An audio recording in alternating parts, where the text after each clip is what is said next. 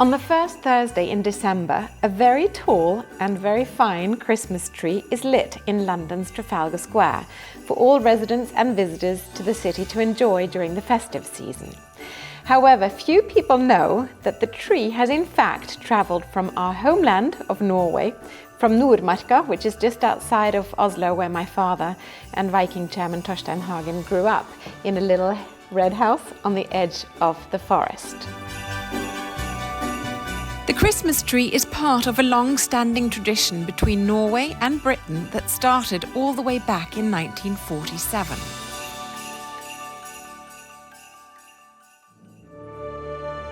During the Second World War, Great Britain was Norway's closest ally.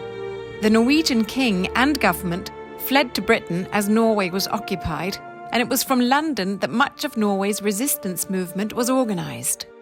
During the war, both the BBC and its Norwegian counterpart, NRK, would broadcast in Norwegian from London, something that was both an important source of information and a boost of morale for those who remained in Norway. The Norwegians would listen in secret because radios were forbidden by law by the occupants. The Norwegians were so grateful for this partnership that following the war, Norway began sending a pine tree to London every year as a thank you.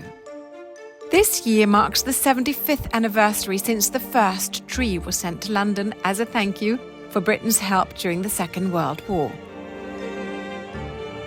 To get to the real heart of the tradition, we need to first begin in Oslo in Nordmarka.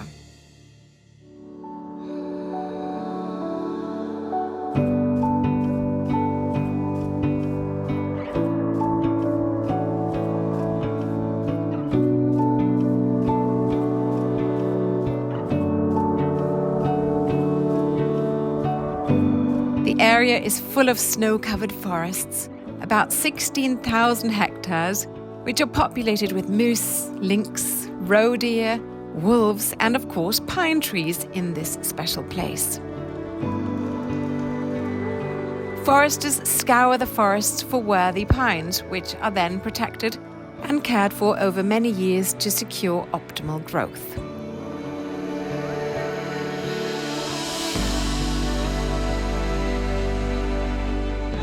Each November, in the Norwegian forest, the selected tree is felled as part of a ceremony attended by notable figures, including the British ambassador to Norway, the Mayor of Oslo, and the Lord Mayor of Westminster. Locals can also attend the ceremony, and all attendees refer to the chosen tree as the Queen of the Forest. During the ceremony, the tree is cut down in front of this audience by fellow foresters. A crane loads the tree onto a trailer that is a specially designed crib, constructed to ensure the stability of the tree during transportation to the harbour of Brevik, about 160 kilometers from Oslo. The tree is then cut to fit the crib and made ready to make its nearly 1,000-mile journey by sea and land. A ferry then has the important job of transporting the tree across the North Sea. To protect it from seawater, the tree is stored below deck. The ship docks at Immingham before the journey continues to London and Trafalgar Square, where it is met by a team who erect and decorate it.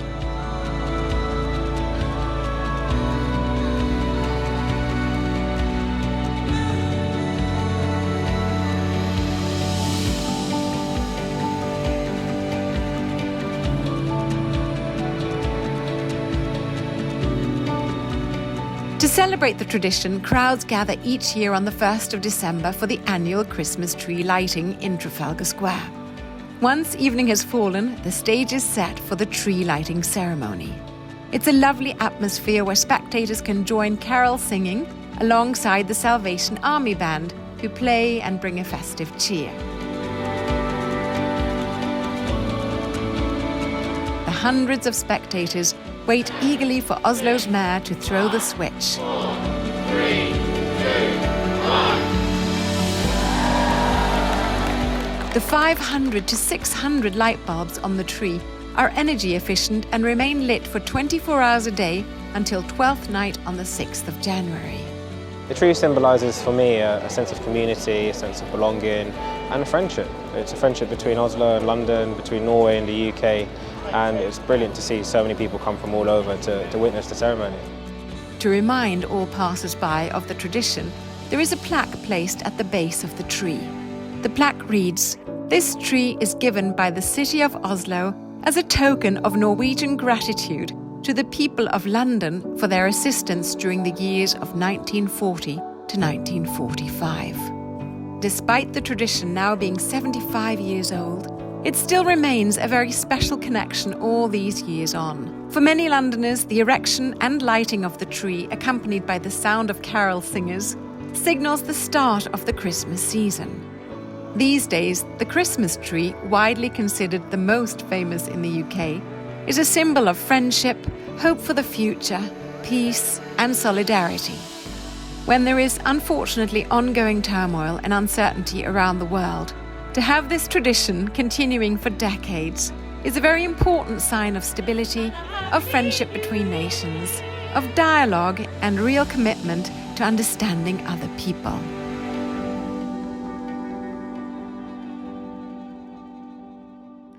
When German troops invaded Norway in 1940, the Norwegian royal family and government and defence chiefs were given refuge in London, where they created a government in exile.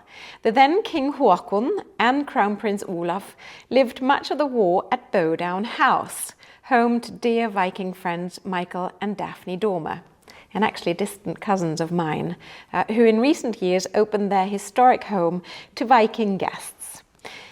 So to help us further understand the significance of this annual Christmas tree offering, let us now look more closely at the events surrounding the United Kingdom and Norway's enduring friendship throughout the Second World War, as told by Michael Dormer.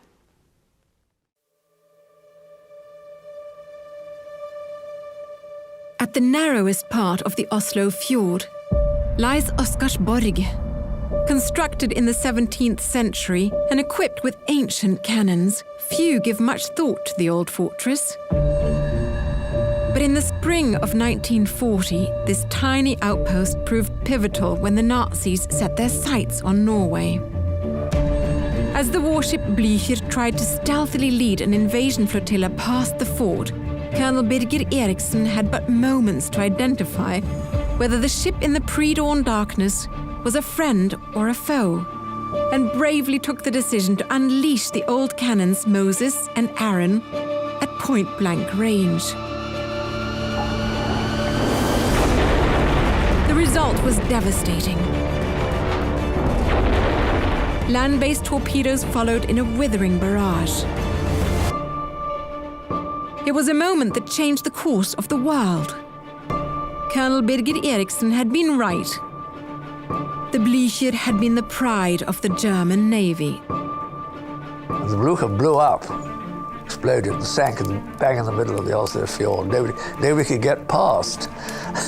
So the whole German fleet, invasion fleet, was held up. Delayed but not deterred, the Nazis put troops ashore eventually and pressed on toward their goal. Norway's capital, Oslo. My uncle was British minister in Oslo, Cecil Dormer, and he was very much involved in the whole thing. Together with King Haakon, Crown Prince Olaf, his family and parliament, they fled, being just nimble enough to escape the Nazi grasp. The Blücher was sunk in the fjord and gave them time. As they pushed northward, the king, ever hopeful, met with the Nazis in Elverum. But when he emphatically refused to endorse their puppet government, it was time to run again.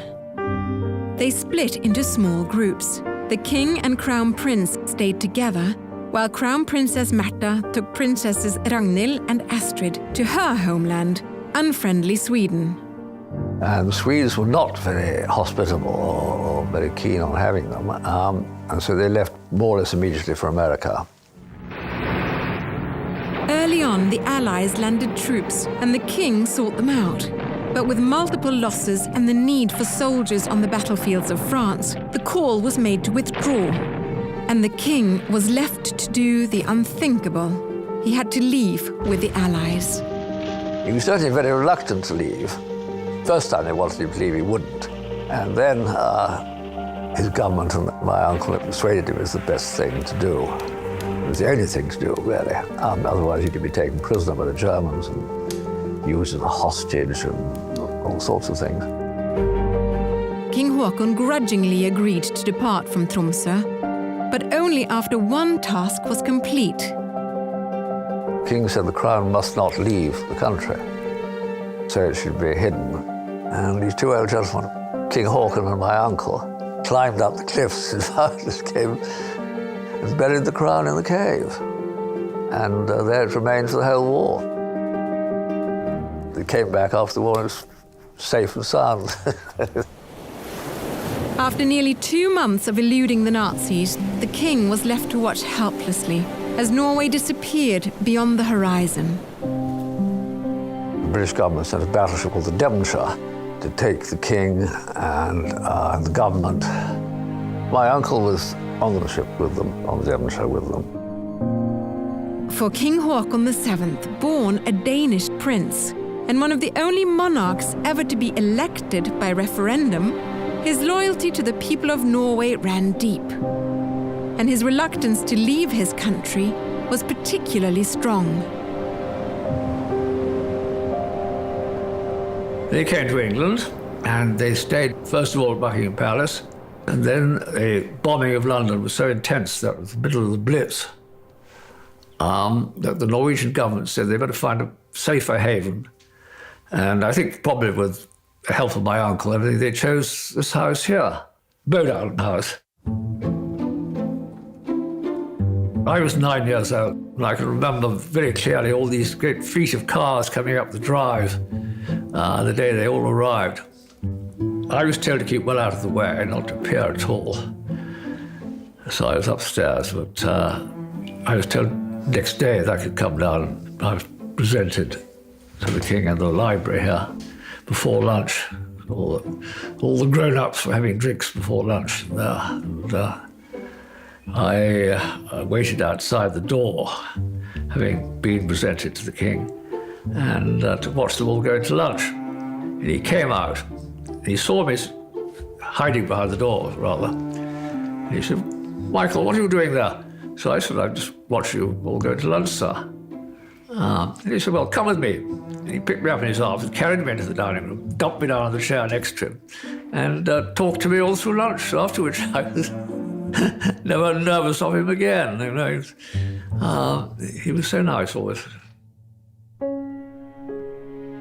Both King Haakon and Crown Prince Olaf stayed for several years, and pieces of Norwegian heritage live on at Bodø House, including one of Norway's most prestigious medals, the Royal Norwegian Order of St. Olaf.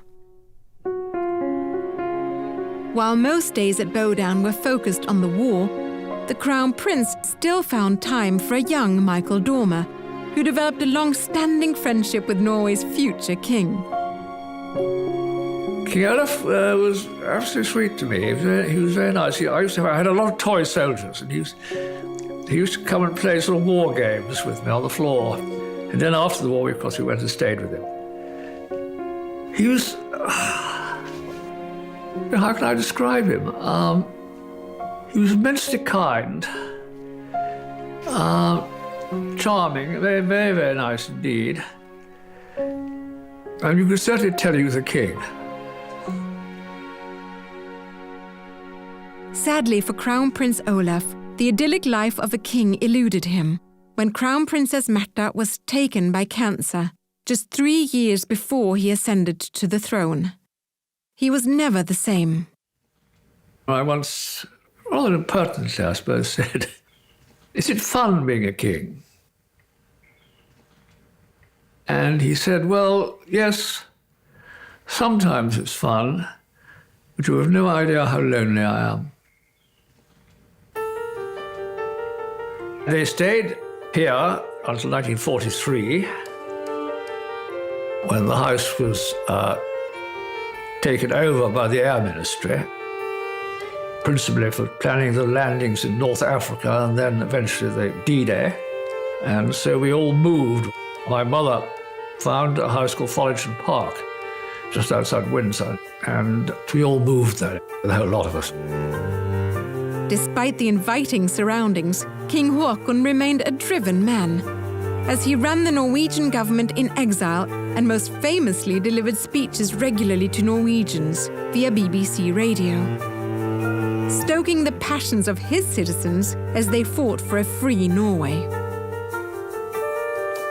Well, I mean, he really inspired the whole country to go on resisting and keep going. What was his motto? All for Norway, wasn't it? On May 8, 1945, after a turbulent occupation, Norway was once again free. King Haakon returned on June 7th, 5 years to the day after being forced into exile. The once Danish prince was welcomed back home by his people as a true Norwegian hero. In the decades following World War II, Norway hosted the dormers of Bowdown House as they continued their long-lasting friendship with King Haakon and eventual King Olav. Stage that included visits to the majestic Kongsgården in Oslo, not far from Oscarshall, named after Oscar II, the last king of unified Sweden and Norway. King Oscar was also one of Michael Dormer's distant ancestors. And as it turns out, he was related to our family as well. So Michael and I are distant cousins. Stately Bowdown House continued hosting prominent figures and events over the years. For me personally, it holds many, many fond memories, including delightful Sunday lunches and dinners. It also served as an introduction to Lord and Lady Carnarvon of Highclere Castle, and was often a surprise stop for Vikings UK extensions, with Michael and Daphne capturing everyone's attention as they shared fascinating artifacts and tales of their earlier lives. Bowdown House, King Haakon, King Olav, and Michael and Daphne Dormer are sure to be forever intertwined and remembered fondly for their role in ensuring a free Norway.